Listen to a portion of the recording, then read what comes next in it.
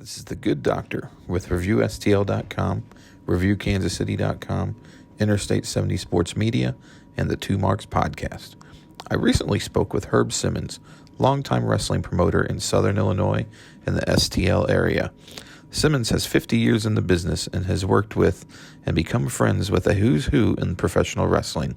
Simmons' organization, Southern Illinois Championship Wrestling, otherwise known as SICW, will be holding the Bruiser Brody, Larry Matisic, Tony Costa Wrestling at the Chase Memorial Fanfest on May 13th from the Aviator Hotel and Suites in the Grand Ballroom.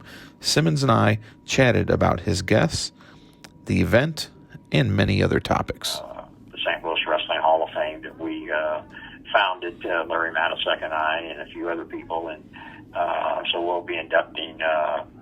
The first inductee that's been announced is Jerry Briscoe. Sure. Okay. But you see the fans and see them get to mingle with the legends and the superstars, and wrestling fans are a group of their own because they have the passion for it and they remember what the old days were. And of course, all the old school wrestlers tell you it's changed so much from what it is today. So I thought, well, I'll be doing my 50th year in the business in February. Wow. And so before I get out of it, I thought, well, I'm going to try to put one big one on here. And I could have done it over here in Illinois where we predominantly run, but a referee that works for me, Nick Redenauer, came up with the idea of doing it this ballroom and hotel and ballroom right off of the interstate of 55 in Lindbergh. Mm-hmm. And so we're gonna give it a shot. Sign autographs and take pictures and be part of a question and answer session that afternoon. And okay, we're just gonna have a good old time, and a good old time with a group of good old wrestling fans. Yeah, I am stoked for it. And we've been losing so many of them at a fast pace, and I mean, a lot of them's up in their 80s, and they're not going to be around that much longer. So, and I've always, I'm old school. I'm probably the oldest. They tell me I'm the longest running promoter in the country. Mm-hmm. But I've seen a lot of these guys. Jimmy Valiant just turned 80. Jimmy Hart just turned 79 on New Year's Day. So, a lot of these guys are out still trying to do it, and so if I can help them have a few more years of some enjoyment and seeing the fans and meeting them, and plus helping supplement their income, because back in the day those guys they didn't have health insurance, they didn't have 401ks, sure, weren't being flown all over the place. They were doing road trips, Sure. Yeah. So if I can help, and like I said, I've worked with all of them over 50 years. It's the majority of the ones that we all remember. Bruiser Brody was one of my main guys. Sure. And, in fact, his wife will be in again this year. She comes in every year for this type of event we do. We call it the Bruiser Brody.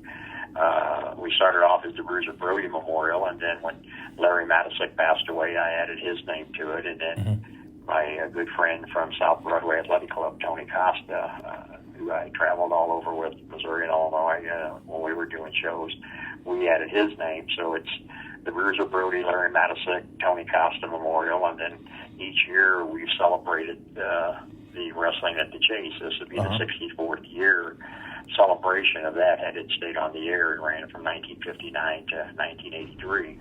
We'll be playing some of the Wrestling at the Chase tapes on May 13th, like we always do. We'll have the St. Louis Portable Hall of Fame set up.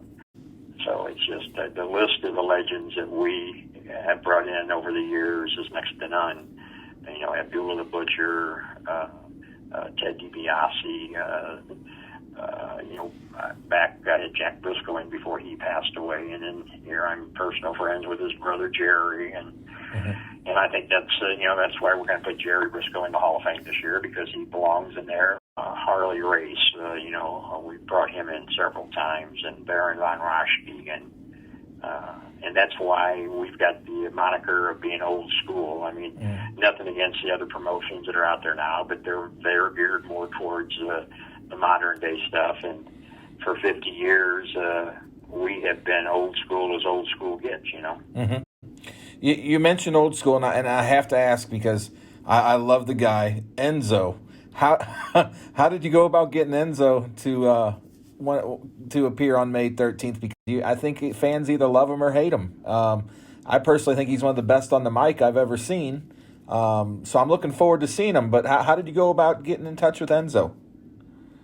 Well, I mean, again, it's the network that you do, and Teddy Long was my contact there, and to answer the simple question, it's called smart marketing demographics. You know, I've got the Jimmy Harts, the JBLs, the Jerry Briscoes, the Bob Ordens, the Rick McCords, the Grappler, which a lot of the old school fans will remember each and every one of them. But you know, you want to draw that younger generation in, and so you reach out and grab somebody like an Enzo that hopefully will draw in some of that younger fan.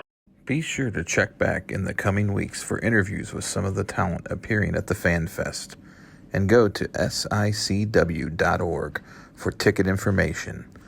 This has been The Good Doctor, and I'll see you on May 13th at the Aviator.